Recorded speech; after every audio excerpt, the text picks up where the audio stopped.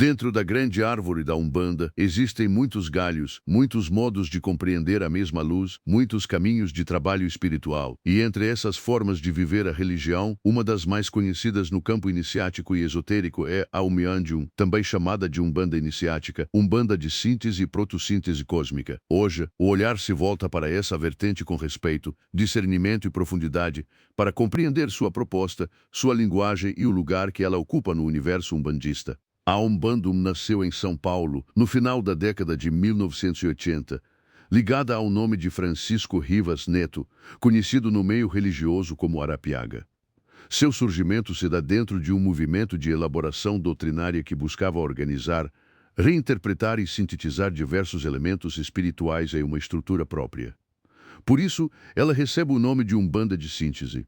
A intenção dessa corrente não foi apenas repetir fórmulas já existentes, mas construir uma visão unificadora, com linguagem iniciática, simbólica e teológica. Quando se fala em Umbandum, é importante entender uma de suas marcas centrais, a ideia de convergência. Essa vertente procura encontrar um ponto de união entre diferentes expressões da Umbanda. Em vez de afirmar que apenas um caminho está certo, ela tenta enxergar uma estrutura mais ampla, onde várias manifestações religiosas e espirituais podem ser lidas como partes de uma sabedoria maior.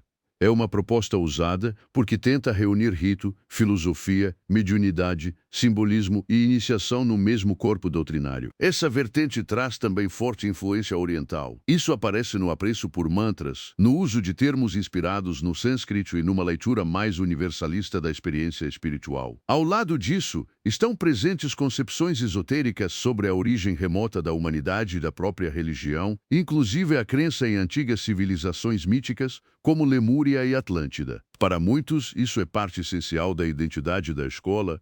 Para outros umbandistas, é um ponto de distinção clara em relação às matrizes afro-brasileiras mais diretamente ligadas à tradição dos terreiros. Aqui está uma chave importante. A Umbandum não cultua os santos católicos como elemento central de sua prática e também apresenta uma releitura própria dos orixás, muito diferente daquela encontrada nas tradições africanas.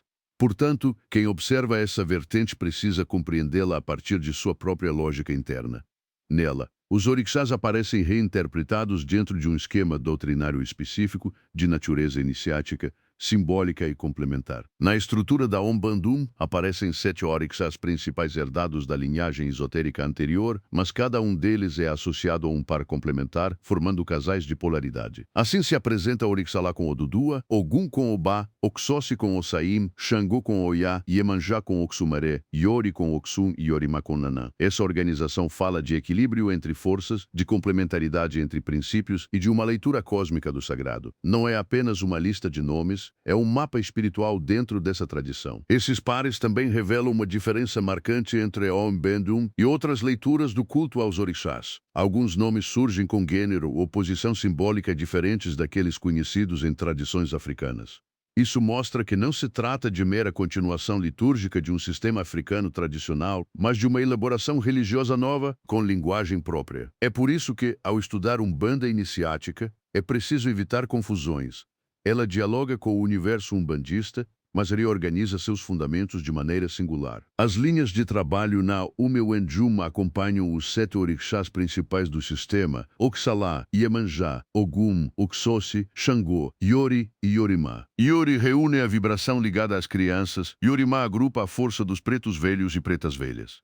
Assim, a organização das linhas não nasce apenas da experiência prática de terreiro, mas de uma arquitetura doutrinária em que cada faixa vibratória é colocada dentro de um esquema ordenado. Para quem busca estudo e sistematização, isso tem grande apelo. Quanto às entidades, os trabalhos são realizados por caboclos, pretos velhos, crianças e Exus. Mas aqui há uma distinção doutrinária importante. Nessa corrente, Exu não é compreendido como trabalhador da Umbanda propriamente dita, e sim da Quimbanda. Essa separação marca fortemente a visão iniciática dessa escola. Portanto, o campo de atuação espiritual é pensado com divisões mais nítidas, cada qual com seu rito, sua roupa, sua dinâmica e sua finalidade. A ritualística da Umbandum também chama a atenção. Nas giras de Umbanda, predomina a roupa branca. Já nas giras de Exu, aparece a roupa preta, associada ao vermelho e ao branco. Há abertura para o uso de complementos por sobre a roupa mediúnica, como cocaras de caboclos. Estão presentes guias, fumo,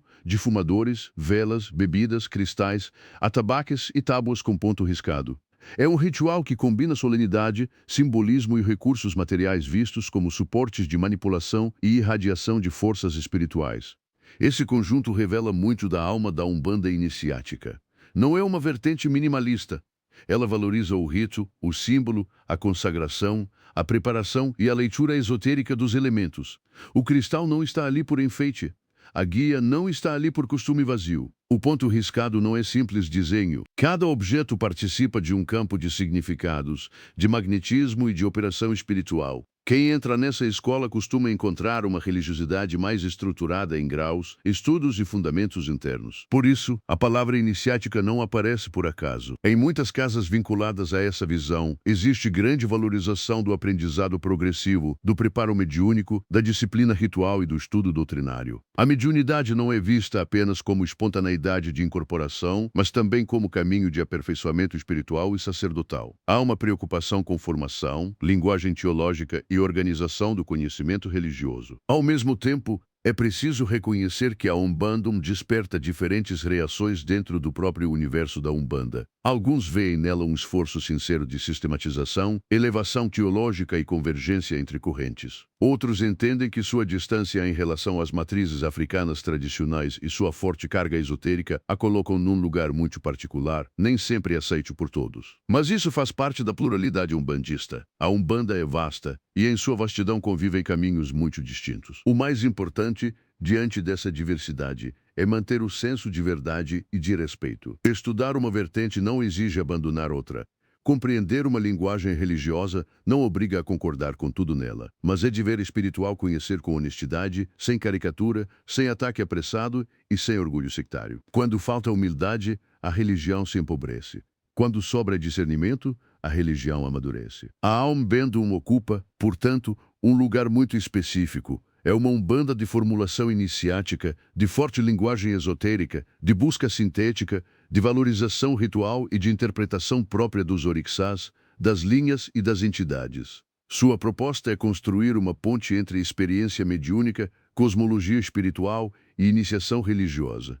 Para quem deseja entender os caminhos modernos da Umbanda, essa vertente é indispensável de ser conhecida. E no fim de toda a análise, permanece um ensinamento maior. Nenhuma escola tem valor se perder a caridade, a ética, a humildade e o compromisso com a evolução do espírito. Toda vertente será julgada por seus frutos, pelo bem que realiza, pela seriedade com que conduz seus médiuns e pela luz que derrama sobre os necessitados.